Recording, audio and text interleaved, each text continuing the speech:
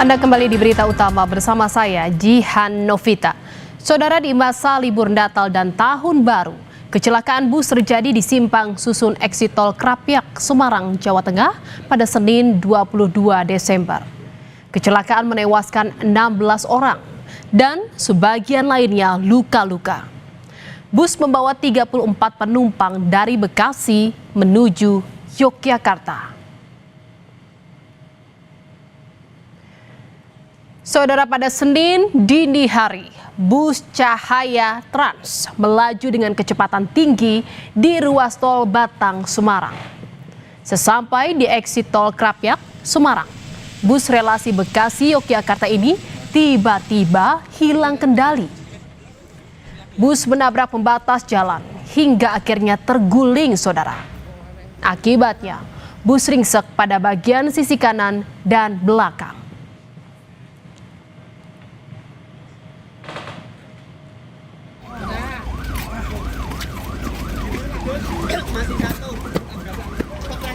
Kecelakaan bus Cahaya Trans merenggut 16 korban jiwa dan 18 lainnya luka-luka. Korban luka dievakuasi ke 3 rumah sakit, yaitu Rumah Sakit Kolombia, Rumah Sakit Elizabeth, dan Rumah Sakit Tugu Kota Semarang. Rata-rata korban mengalami luka di bagian kepala akibat benturan. Sementara 16 korban meninggal dibawa ke posko pemulasaran jenazah di Rumah Sakit Karyadi, Semarang.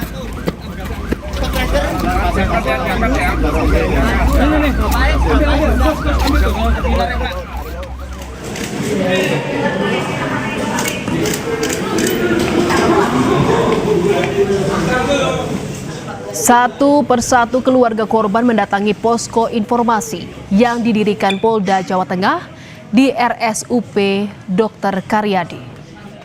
Di antaranya warga asal Boyolali yang mencari kabar 5 anggota keluarganya.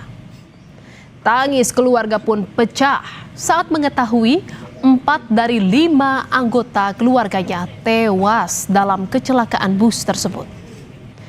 Sementara 1 orang dalam perawatan di rumah sakit. 16 korban tewas dalam kecelakaan bus seluruhnya telah teridentifikasi dan diserahkan kepada keluarga untuk dimakamkan. Biaya pemulangan jenazah sepenuhnya ditanggung pemerintah provinsi.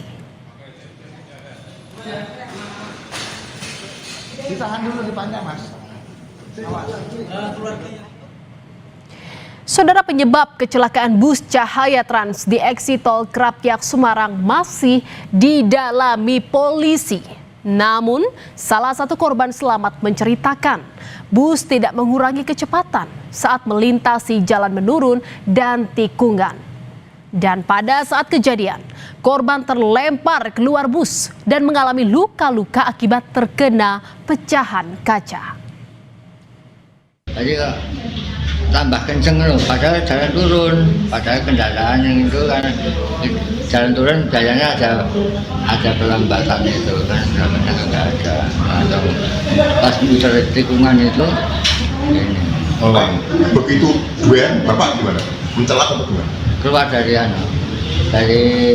mobil, dari bis, pulang Boyolali. Boyolali? Ya. Dari Bogor. Oh, dari Bogor mau ke Boyolali pulang. Nah, pulang.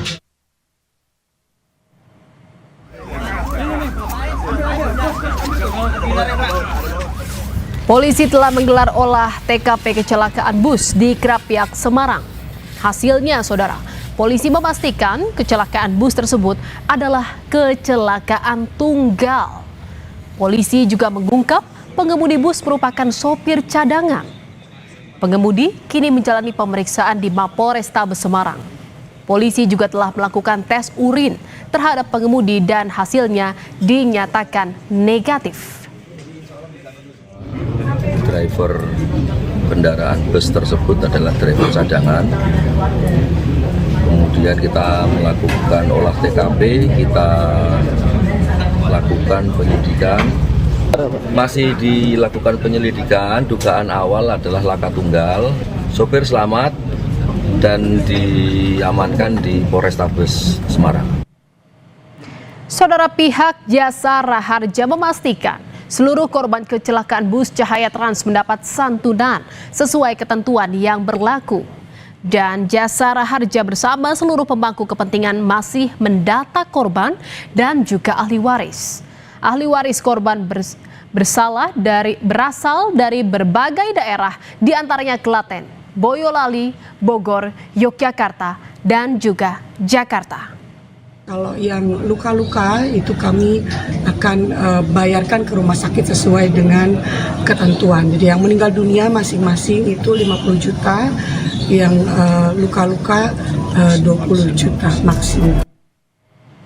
Saudara, momen libur Natal dan Tahun Baru memicu lonjakan jumlah kendaraan dan tingginya aktivitas masyarakat.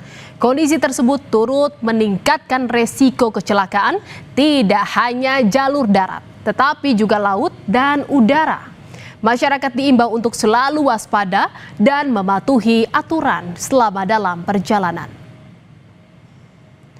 Dan saudara, berdasarkan data Kementerian Perhubungan, tercatat ada 3.434 kecelakaan lalu lintas selama arus mudik Nataru tahun 2024. Dan Badan Meteorologi, Klimatologi, dan Geofisika BMKG memperingatkan wilayah Sumatera dan Jawa akan mengalami puncak musim hujan saat Natal dan Tahun Baru. BMKG akan menyiapkan posko untuk menganalisis dan observasi cuaca selama libur Natal dan Tahun Baru. Bahwa kalau di Sumatera itu terutama bagian utara dan bagian tengah dan juga sampai Sumatera Selatan ini puncak musim hujan ada di bulan Desember, kurang lebih ya, November-Desember. Tapi di Pulau Jawa sendiri dan bagian Lampung, Jawa, Bali, Nusa Tenggara itu ada di bulan Januari nanti.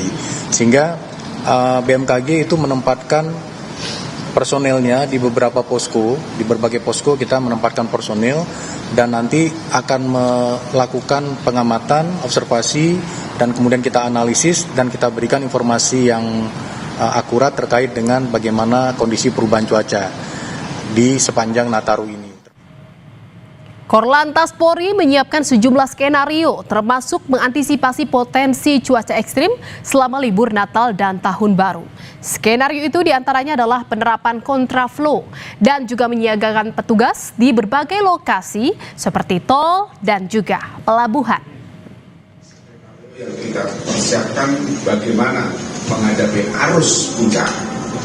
Ada alih arus, ada kontraflow, ada one way, dan mungkin juga ada penyekatan. Hal-hal tertentu apabila potensi kondisi cuaca ekstrim, tentunya emergency plan itu harus kita persiapkan. Contohnya, ketika jalan tol, jadi alat berat yang ada di jalan tol, ambulan, termasuk juga urai, ini sudah kita siapkan semuanya. Termasuk juga yang ada di pelabuhan. Ketika kondisi ekstrim, kan tidak bisa nyebrang. Ya, pada saat tidak ada nyebrang itu tentunya akan terjadi antrian yang panjang. Antrian yang panjang ini solusinya adalah kita masukkan ke tempat-tempat pembersihan yang sudah kita siapkan. Saudara, kecelakaan bus di Krapyak lagi-lagi mencerminkan rapuhnya standar keselamatan transportasi darat. Tanpa pembenahan sistem, mulai dari manajemen armada, sertifikasi pengemudi hingga pengawasan di lapangan, bahaya akan tetap mengintai, mengancam nyawa. Kewaspadaan menjadi tanggung jawab kita bersama, apalagi di momen libur Natal dan Tahun Baru. Saudara, berita utama masih akan kembali seusai jeda dengan informasi mengenai kawasan Malioboro, Yogyakarta dipadati wisatawan sejak masa awal libur Natal dan Tahun Baru. Informasinya seusai jeda, tetaplah di berita utama.